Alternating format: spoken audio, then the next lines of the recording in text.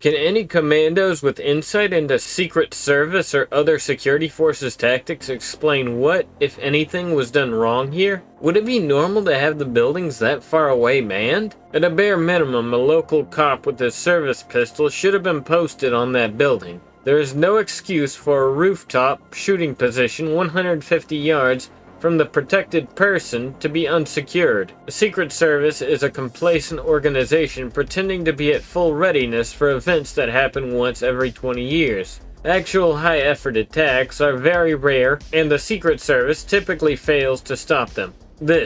They can't even stop a person with a concealed handgun. There's a ton of rumors flying around now, and it's hard to tell what's legit. But the way I heard it was something like, people see guy on roof as shown in vid. Guy tells police and he felt at the time like they were blowing him off at the time. But an officer did go to investigate. He climbed up the ladder, shooter turns and points gun at officer, who withdraws back down the ladder. Realizing he's spotted, he starts shooting at Trump, gets killed. So there were police nearby, but doesn't seem like anyone was paying attention to that building. Maybe they were more worried about someone in the stands drawing a handgun or something. If anything was done wrong here. All roof access points that had line of sight to the stage were not secured or manned. There's a really good thread on Twitter by an ex-Secret Service agent. Basically, protection around figures at public events is layered like an onion. So at the close level, you have the guys in suits, the body men who everyone is familiar with. Then you have snipers who are scanning the far distance like 300 to 1,000 yards. The guy postulates it was a failure of the locals because that seemed to be in what he remembers would be their area of responsibility. One of the things to me that kinda confirms this is that the snipers on video visibly had to adjust their aim and sights way down to engage the shooter. Now you can argue that as an ex-Secret Service agent himself, he might be keen to offload responsibility onto the locals, and that's pretty fair.